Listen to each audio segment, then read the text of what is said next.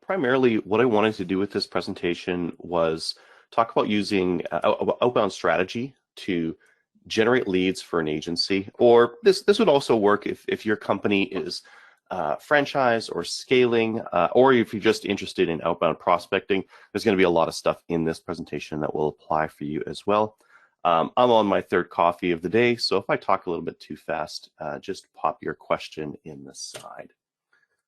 Now, just in terms of what we're going to be covering today, we're going to be going through outbound prospecting versus inbound marketing, so a phrase that many people are familiar with, creating an outbound strategy, creating a list, and then kind of how you do it. The things I'm not going to cover, I assume that everyone on the call here is works for a marketing agency or has marketing resources, so I'm not going to cover stuff that you should already have. So persona development, pitch content, design, I assume that everyone on the call already has that bit sorted out or knows people that that can get that bit sorted out.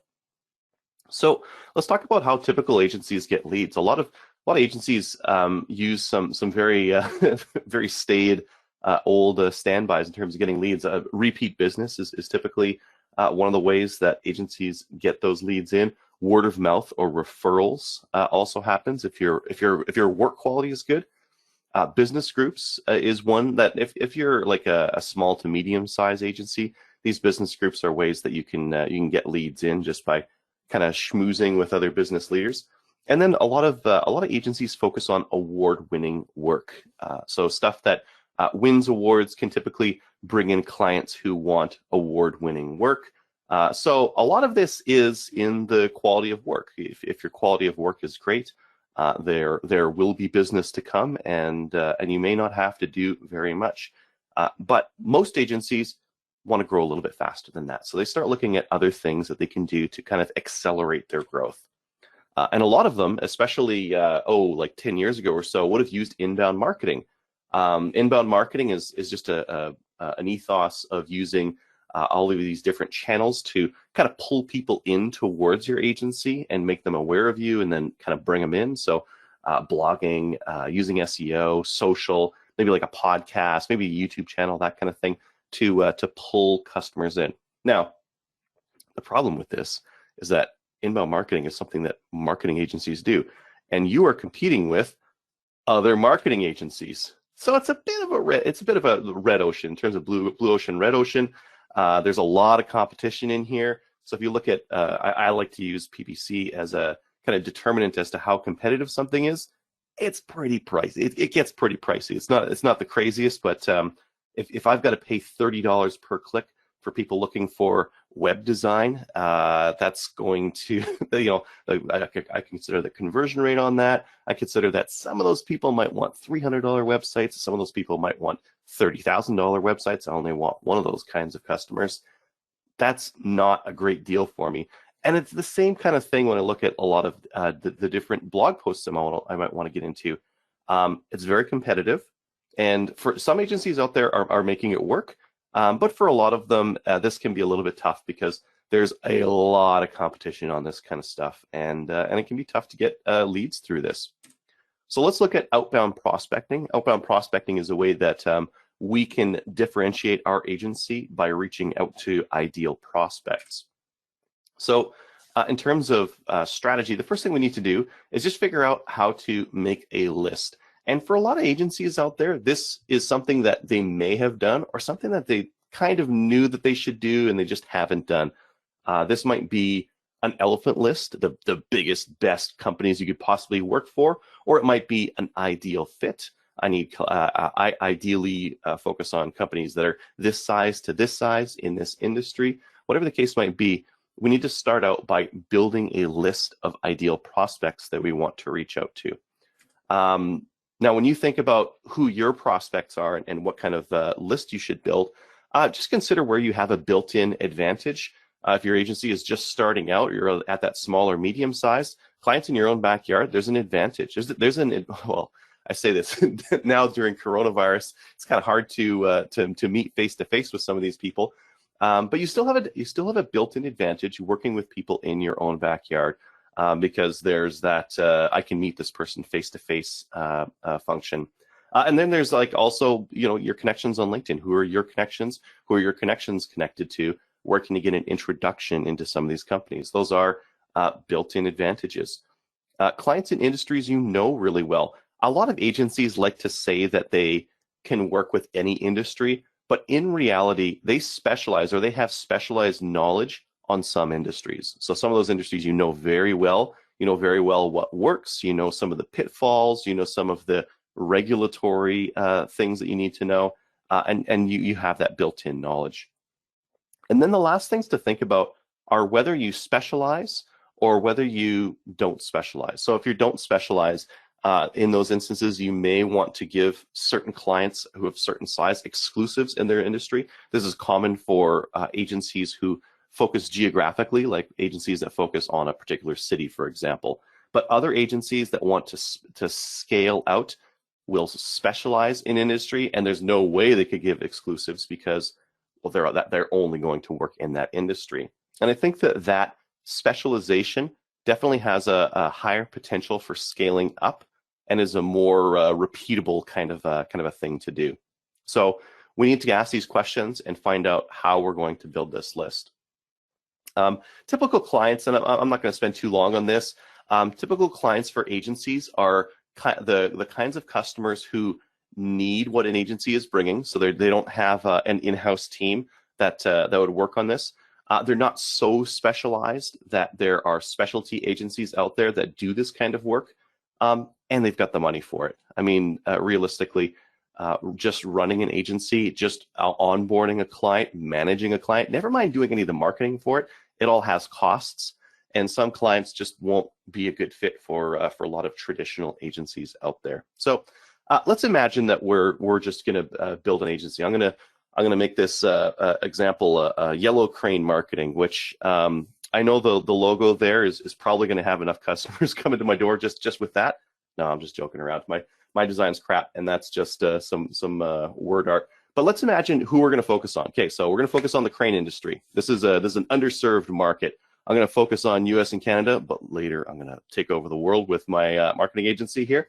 I need to differentiate the types of customers that I'm going to serve, and I need to start looking at how I find those lists. And I tried this the other night when I was working on this deck, and it was super easy to find lists of crane companies that I could just build into a spreadsheet. So I Googled it for all of 2 seconds, and I'm already finding lists, directories of different crane companies. I'm finding top crane companies where their employee count is listed, their annual sales numbers are listed. Oh, this would be fantastic. If I needed to specialize and focus on just a certain size of crane company, boy, this would be fantastic. And I think that these kinds of lists exist out there for many different things. You just need to look for them. You just need to look and find where you can find these different lists of companies, and then kind of go from there. So I've got my list of companies. I then go and find information on my likely buyer over there by role. I might use LinkedIn for that. I might use the company website, might have an about page that has their employees listed. So whatever tools I use, I go and find information about them.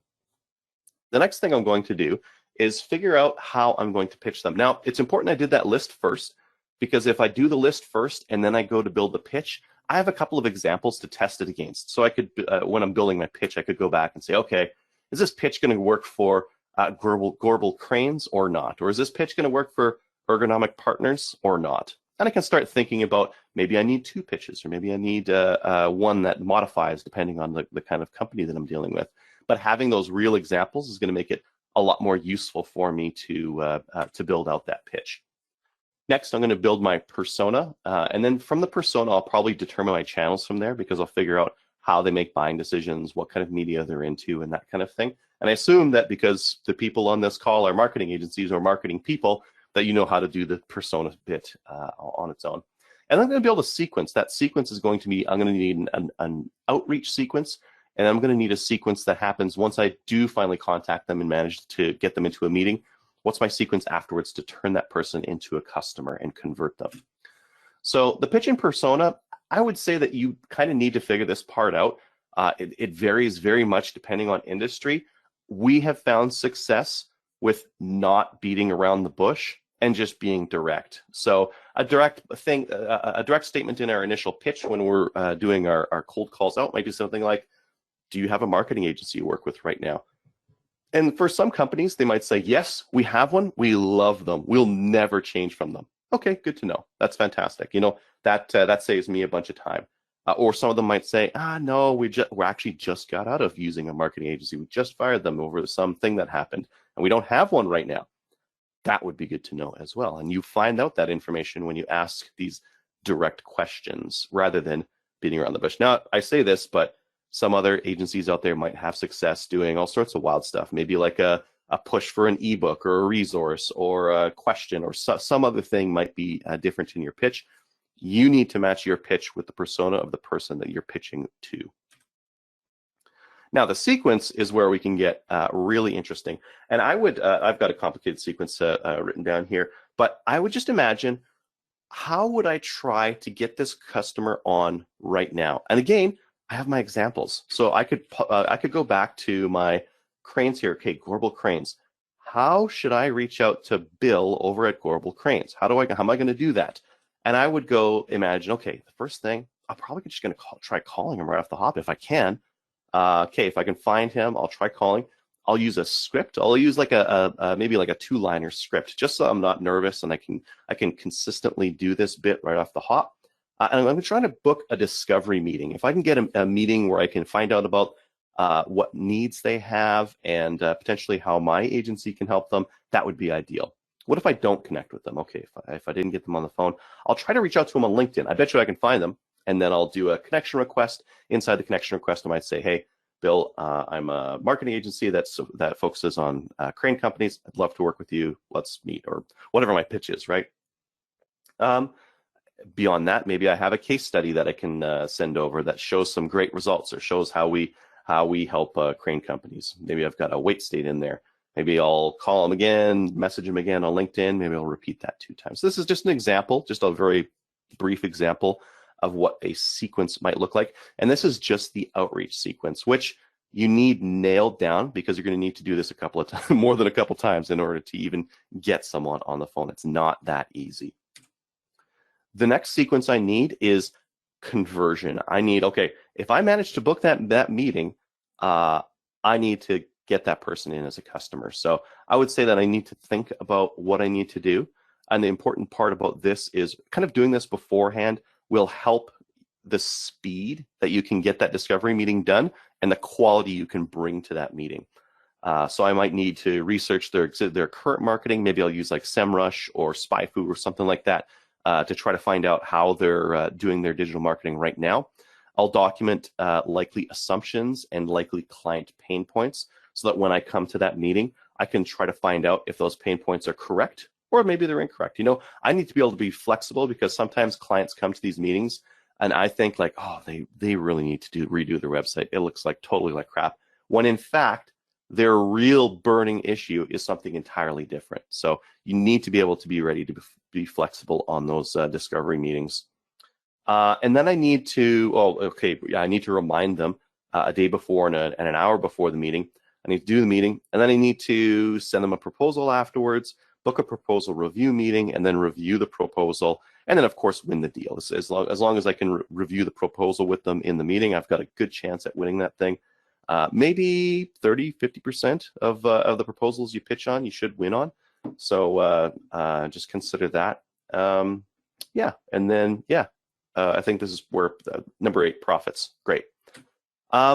Now, the important part here, I think that most companies who want to do this kind of thing for outbound prospecting, I think you should pilot it with the best people you have, and that may be you. You might have to do this. You might have to build that list.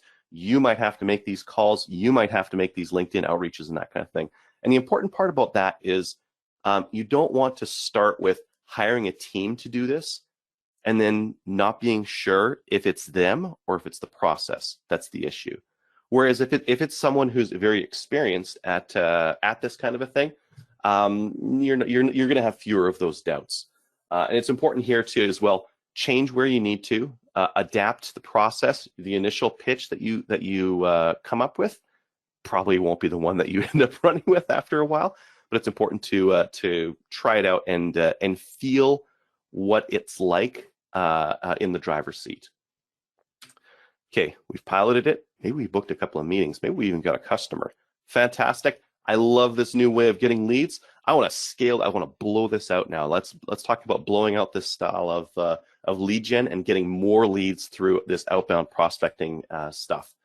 So number one, we have to automate what we can to save time, because that's going to help us scale up. We need to expand that process that we talked about, and then we need to start an outbound team, a team of people who will be reaching out to prospects to do this kind of a thing. On automation, there's a couple of different things that are critical in this process that can be fully automated or partially automated. Appointment scheduling, I think, is an obvious one. If you're all Active Man customers, use appointment scheduling to book the meetings. You saw there's a couple of meetings in there. There's a couple of meeting reminders that we have to send to customers. Use the appointment scheduling. Take that headache off your plate and let customers self-book those meetings. And because there's many different kinds. There's the initial discovery meeting. There's proposal review meetings. Definitely book those. If you just send a proposal to a client and they have to read it and figure things out on their own, they will make things up. They won't understand your proposal. They'll make things up about what they believe about it, and you will lose the deals for nonsense reasons. Whereas if you review it with them, you've got a better chance of making sure that you're not losing it for nonsense reasons. Account reviews would be like, okay, once a month reviews or once every quarter or that kind of a thing. And then there's some follow-ups as well. Let's say you sent a proposal to a client and they're like, yeah, we're thinking about it. They're not really hot on it. You need to talk to other clients. We really like to use some automated follow-ups, whether it be a weekly one or a monthly one. I like having both, and then the salesperson can just choose which one they want to use with those customers that they've met and sent proposals to, for example. There's a couple of fancy things you can do inside ActiveMan or FunnelFLARE when pitching web work. One of the ones that's kind of interesting is that we've got this screen capture web page action. This lets you capture what a website of a client looks like, and then use that picture inside your marketing. So how is that relevant? Well, if you wanted to pitch someone and use that image in an email, you could create a dynamic image like this. Again, you could use this kind of thing in email, or you could even use this on your website, for example, when that prospect comes to your site. So again, don't judge me for my graphics work, but you can very easily use that customer's website image, perhaps to start a conversation. Is it time to do this kind of a thing? Definitely don't be too judgy in the outreach. You never know, the person you're talking to, like that website might be their baby and you're calling their baby ugly. Not a great way to set things off on the right foot. It's a really tough thing to tell someone. So if you do want to criticize their website, or maybe like something like, hey, is it time to work with us, or do you looking to spruce up the website or like enhance it or something like that? Don't just outright call it ugly, because that might be the marketing director's baby or the CEO's baby or something like that you're talking about. Let's talk about hiring out a team and some typical expectations. So typical BDR or SDR, usually they're going to be making 50, sorry, that says per month, that's per day. They can make 50 to 200 dials per day. They typically use like a combination of email, social, and phone to reach out, but phone still works. Cold calling still works. You can still reach out to people and connect with them. In some industries right now, a lot of people are working from home and you get like answering services, but it still works. You just need to get the right information. Typical BDRs or SDRs can book between 10 to 20 meetings per month, depending on industry and all that kind of stuff. I'm just trying to give you guys like some broad expectations or broad assumptions. But your BDR, SDR, they need training. If they're not familiar with the industry, they might need 1 to 3 months to fully ramp up and start being fully productive. They need good target lists, and they need software and support. It's not easy to make 50 to 200 dials per day, so they need something to help out with that. The software that we have to help out with meeting these demands is FunnelFLARE. FunnelFLARE has a sales dialer built into it. Email automation and sequencing, appointment scheduling, and then prospect insights to see when people open up emails. I would say for specifically to scaling up outbound for agencies, the calling features and the sequencing are the ones that are going to make the biggest difference. The sequencing, because if you're making 50 to 100 calls a day, those calls all come with what's next. So let's say you call up a prospect, you don't get no answer, then what? If you don't have software, you have to schedule the follow-up or make note of when to follow up with that person. If you're using sequencing, it figures that part out for you. And then as well, the calling features also allowed for rapid calling out. That's still quality. You're still like doing a little bit of research on each prospect as you're dialing. It's not like you're picking up a phone and you don't know who's on the other line, but you're still doing this at a very rapid pace. And the sequencing is really, I'll show an example here. Let's say we add a new contact to our list. We have a list of the top crane companies in the US and Canada. I found one that I missed. I add them to the list. The next thing I can do just automatically is get some data enrichment done. Data enrichment inside ActiveDemand and FunnelFLARE will look that person up via their email and their name and try to find them on LinkedIn and Twitter and find their company and all that kind of stuff and grab some information for me. Maybe they'll find their LinkedIn and I can use it a little bit later. And then I would add them to a call list, just a power dial list. Inside FunnelFLARE, I can use the power dialer interface to just call people one after the other. And most people have done this. Like most people have said like, okay, I got to call all my clients today. And they make a list of all their clients and they start dialing one after the other after the other. And that can be a very productive way of spending your time. Inside FunnelFLARE, you can just do it, and you can just do it in a more systematic way inside software.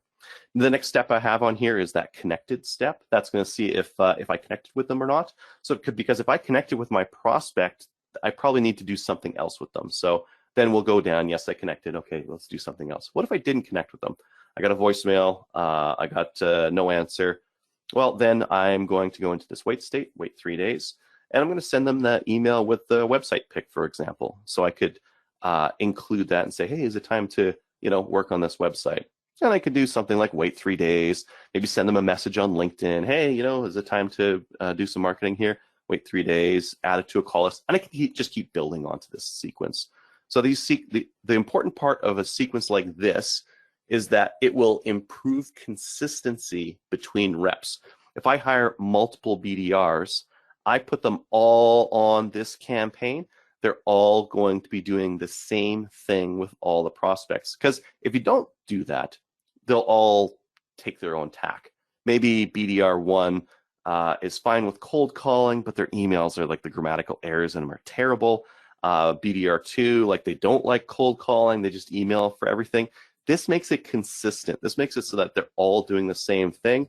The email content is the same. Yeah, it's personalized based on the BDR and the client, and the typos are less of an issue because we're automating most of this stuff anyways. So we can use the best content every single time. So so straight up, like when I got into this presentation, I wanted to document how I would try to get agency clients if I was an agency and do it in a repeatable way with outbound prospecting. And this is like this screenshot here is how I would do it. I would use a sequence like this to reach out to those prospects in a rapid fashion and scale it up. In terms of the differences, because again, a lot of you might be familiar with ActiveDemand, I just wanted to kind of juxtapose that with FunnelFLARE. So ActiveDemand primarily built for marketers. FunnelFLARE is for the primary user would be like a salesperson who needs to save time, make more touch points with more people. One of the big differences is in how the emails are sent. With ActiveDemand, the emails are sent kind of in bulk, so a one-to-many relationship. Whereas with FunnelFLARE, it uses your native Gmail or Outlook, and it sends those emails out from the BDR. So it is built to be used inside a sales sequence rather than outside as like a marketing thing where you're spamming or hitting a bunch of people at once kind of a thing, right? For further learning, the FunnelFLARE YouTube channel has a pile of videos that I've been working on along with Thomas, who's one of our SDRs here, in how different SDR topics need to be approached. So we've talked about a couple of different ones. So I would highly recommend checking that out, as well as the FunnelFLARE and active demand support areas. So without any more, that is the presentation. Definitely go and check out learn.activedemand.com to learn more about marketing automation.